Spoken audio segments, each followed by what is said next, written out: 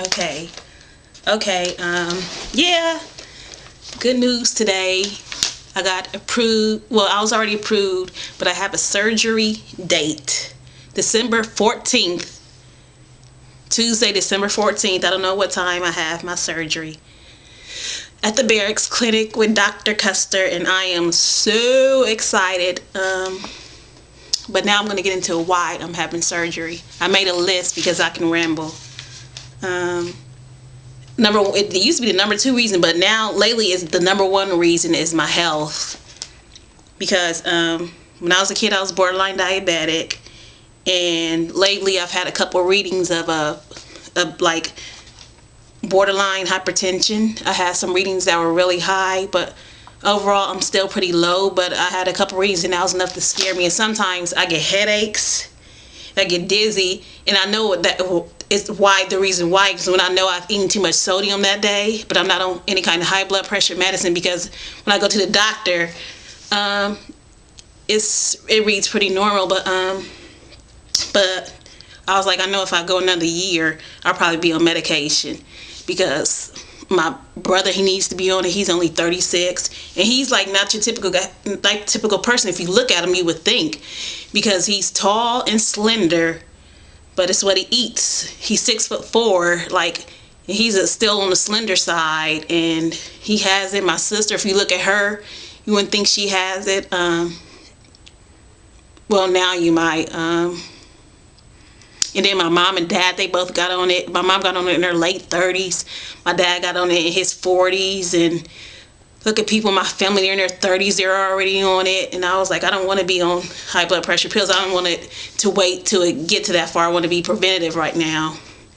And plus, diabetic, diabetes runs in my family, especially on my paternal side.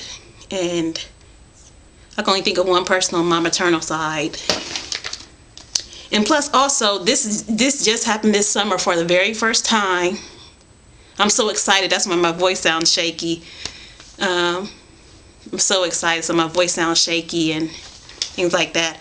Also, for the first time, when I walk, I love going to the zoo and like COSI. It's like a science museum, and I love going, like walking and going to summer festivals and everything like that. And I just love outdoor festivals and concerts. But this past summer, for the very first time, every time after, like one day I went to the zoo, was walking for like 4 or 5 hours. Came home, lower part of my legs were sore. Not like sore like you just got done walking sore, but it was like when I was trying to go to sleep, it was still just something weird going on. Then when I went to COSI, the same exact thing. In the concert I went to, I always go to concerts, and I don't sit down at concerts because I just enjoy myself at concerts, so I stand up and dance to the music. But the night, I always go to concerts, but this time, the last concert I went to this summer, by the end of the day, my legs were so sore when I was asleep the next day. And now if I just walk for an hour or two, it doesn't bother me, but you know, when you go to a certain place, you're going to be walking for hours at a time, and that's scaring me. And now I lose my breath over a simple task. Like, even now, talking now, sometimes I feel like, why am I breathing like this? And doing simple stuff. I used to walk up flights of stairs all the time. Like I said, I've been big all my life.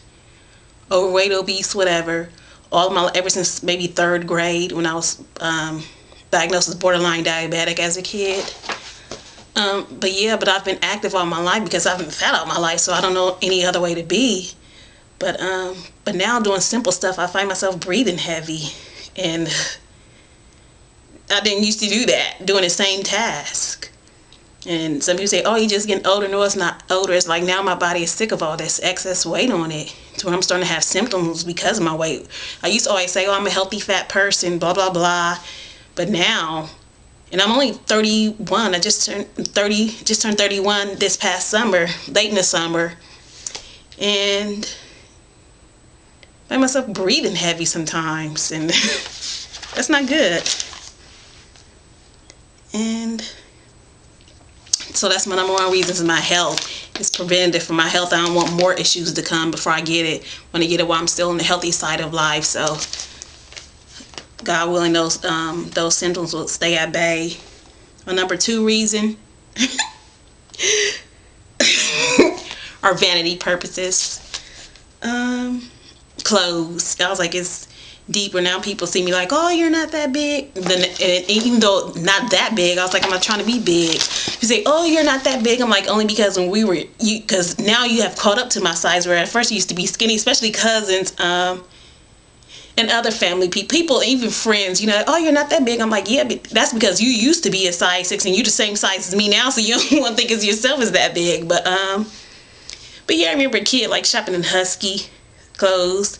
This was before they had Q Junior Plus clothes. I used to have to go to the Husky section and get the ugly clothes. The ugly clothes. When I was a teenager in high school, they didn't have stores like Torrid and trendy stuff for plus size kids. I used to have to shop at Sears. There was a store in the mall, a specialty store. And I remember being a teenager, even though everybody could see that I was clearly big, like plus size. Like I'm short, I'm only 5'3". So and I was having to shop at like stores like Lane Bryant, but I would be embarrassed to go in. Like, because hang out at the mall when you were in high school, and at the my high school there was a mall right down the street. When kids would cut, they would walk to the mall. And so when I went to high school, like in the 90s, people weren't big like they are now, so there's more acceptance and stuff. Well, I can't even say acceptance because I really wasn't teased because of my weight. But you didn't have like any, like you only had skinny cheerleaders and drill teams, and they still had stores like 3579, and I only had one plus size store in the mall. That was Lane Bryant. And every time I used to go in there, I'd be like the youngest person there. I'd be in high school shopping in there, but I never wanted to shop there with my friends. The clothes have come a long way because Lane Bryant closed, and I used to be that. A lot of stuff still now is shapeless. It still doesn't fit to your body.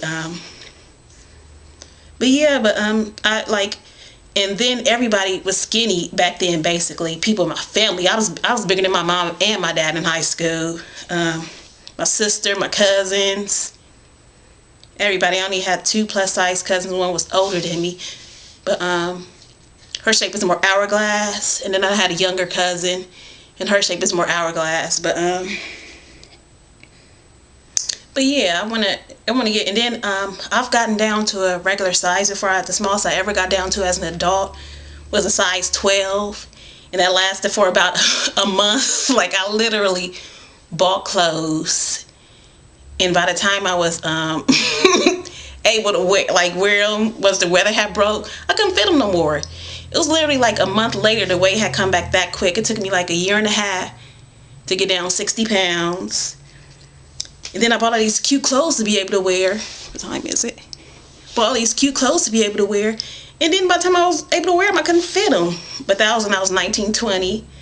I went from 243 when I was 18 down to 180. Yeah, I went down to 181, 182 at my smallest. And I was only there for like a week and then or 2, and then I jumped back up to 185, and next thing I know it was 190. I stayed there for about a couple months. And then within a year, I was back up to, I say 215, 220, and I maintained that throughout college only because I had to walk around campus a lot. And then once I graduated college, went to a year of grad school, moved away from family, really isolating. Didn't have any money there, so I was broke. Didn't have a job. So then I gained up all my weight plus some more. And the highest I've gotten was 260. And that was in 08. And then by the end of 08, I got back down to from 260. My highest recorded weight at Weight Watchers, I got back down to 234. Then by March of that year, I was back in the March of 09, I was back in the 240s. And then October 09, I was back up to my second highest recorded weight of 255.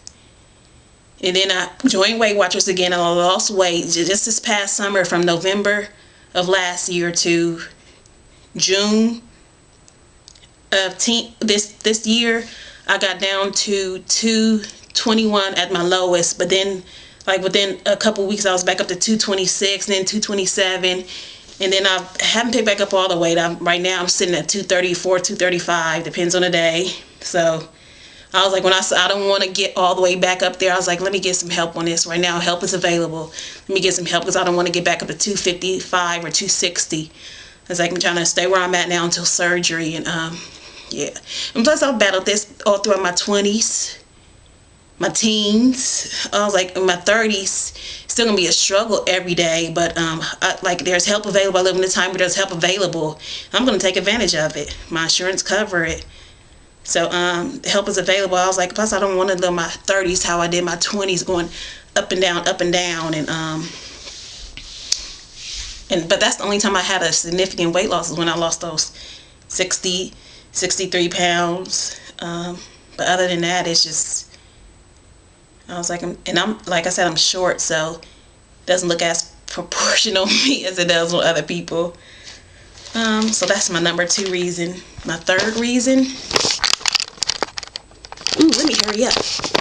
My 3rd reason is socially. I know I let my weight hold me back, but other people don't. You know, they can go on. I was like, I know I've let it hold me back from some things. And plus, I want to take advantage of and plus, I just want to start living my life to the fullest. And for that means a lot. Let it hold me back in certain things. And sickle cell and lupus both run in my family. And I have a cousin right now. It's her birthday today, actually, November 19th. And she has sickle cell. She's been battling it all her life, and she's had her hips replaced. She's only 30. She just turned 36 today. And I think the things that I'm able to do that she's not able to do. And I was like, instead of struggling, like, I'm just going to just live my life to the fullest. And I have another cousin who has lupus. She's only 27. She's been she got diagnosed, she was 20, and she has severe lupus, so she's in and out of the hospital all the time, just like my cousin with sickle cell. She's in and out of the hospital. Just found out she might have to get her leg amputated. But yeah, those are my reasons. I want to live life to the fullest and stuff like that. Let me see what else.